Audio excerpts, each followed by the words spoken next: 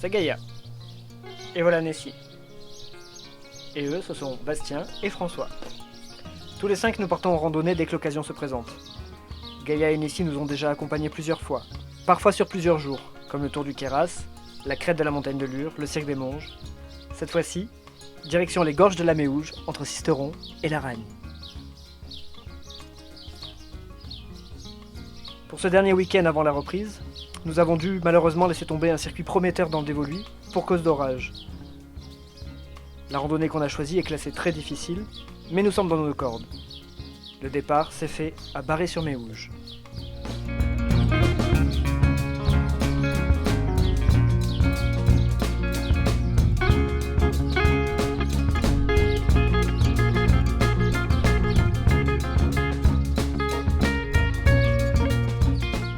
Après un peu plus de 2 heures de montée, nous voici enfin sur la crête de la montagne de Chabre.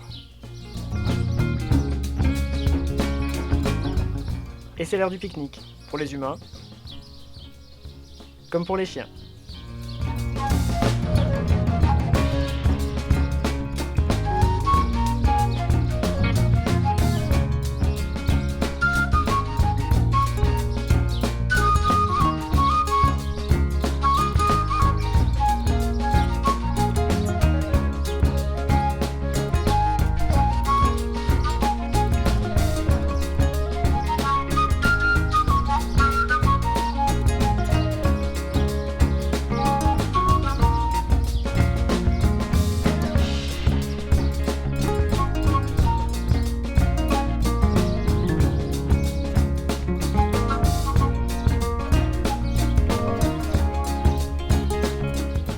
Nous attaquons le sentier de crête en tout début d'après-midi dans la chaleur de ce début du mois de juin. En fait de crête, on devrait plutôt parler d'arête, tant le circuit va se révéler vertigineux. Il est pourtant pas difficile, mais il est compliqué à repérer dans certains endroits, et nous nous perdons plusieurs fois au milieu de la végétation. Et surtout, il n'y a aucun ravitaillement en eau.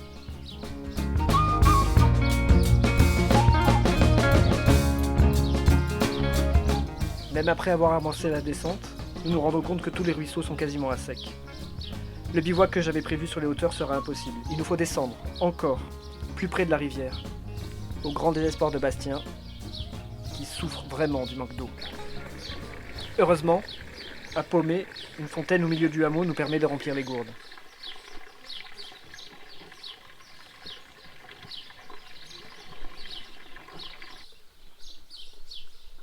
Nous poursuivons notre descente jusqu'au bord de la Méouge, où nous arrivons un peu avant 20h.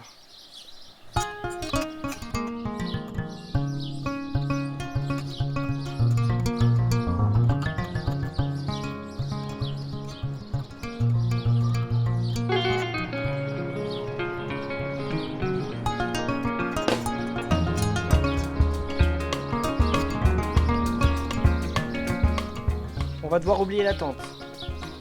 Ce sera un baptême de nuit à la belle étoile pour François et Nessie qui n'en ont jamais fait. Toilette rapide dans l'eau glaciale de la rivière, croquettes pour les unes et semoule pour les autres, vite avalées, et nous allons enfin pouvoir nous glisser dans nos duvets éparpillés sur la grande dalle de calcaire, à quelques mètres du tumulte de la rivière.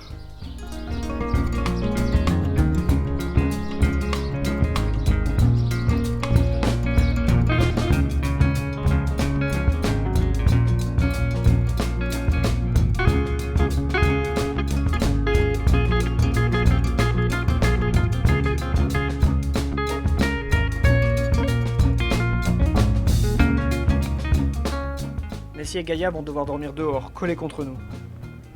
Comme tous les chiens de berger, elles sont habituées à donner l'alerte en cas de bruit ou d'intrus, ce qui devrait rendre notre nuit un peu agitée.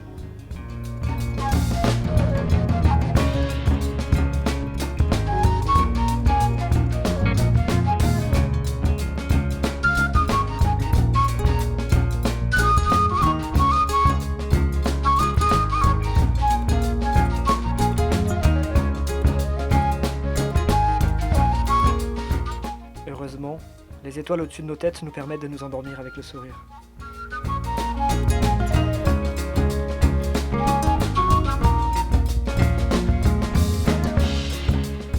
Le lendemain, le jour précède le soleil de quelques heures. Et on est tenté de prolonger encore un peu la nuit, blottis dans nos sacs de couchage.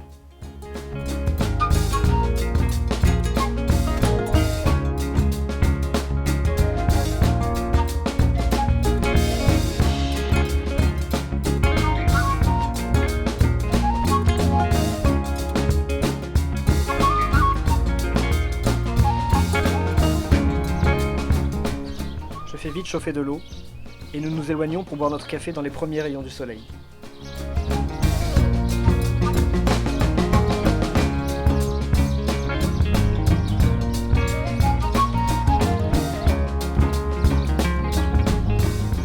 Après presque 10 heures de marche, la journée d'hier a été intense. Nous décidons d'être un peu plus tranquilles pour aujourd'hui et de prendre un peu le temps. Il n'y a pas de tente à démonter, mais les sacs de couchage, les harnais des chiennes et les matelas sont humides. Il faut tout faire sécher. Le temps de le faire, de replier, de refaire tous les sacs. Il est plus de 9 heures quand nous quittons l'emplacement du bivouac.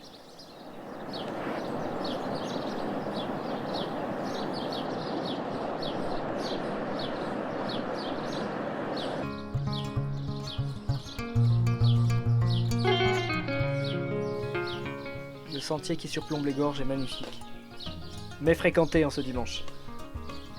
Je m'attarde à filmer des fleurs, la forêt,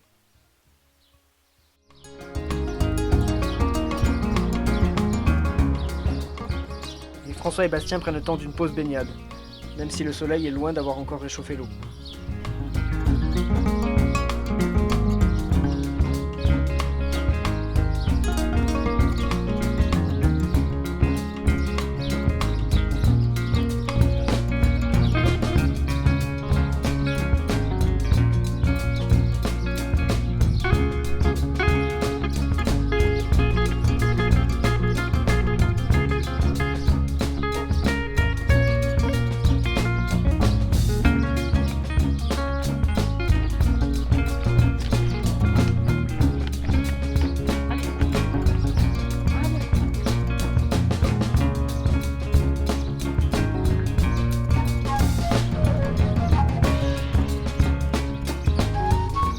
Aujourd'hui, nous allons croiser de très nombreux ruisseaux et cascades.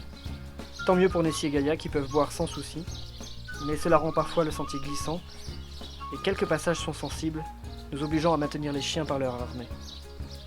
D'autres parties du sentier sont, elles, plus dangereuses.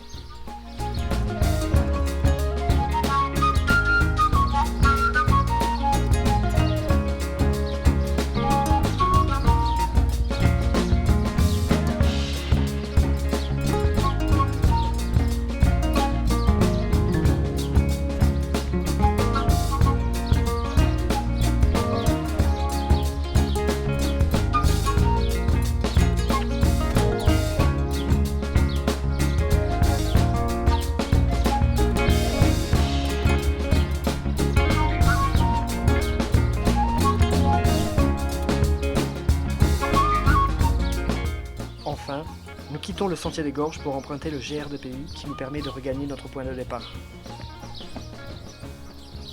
Je comprends mieux pourquoi la randonnée était classée très difficile. C'est un itinéraire tout en contraste, où le manque d'eau du premier jour peut s'avérer dangereux. Mais c'est un sentier magnifique. Avec près de 14 heures de marche en cumulé, les corps sont douloureux, les visages bronzés, mais fatigués. Il ne nous reste plus qu'à rentrer, prendre le temps de nous reposer. Jusqu'à la prochaine randonnée.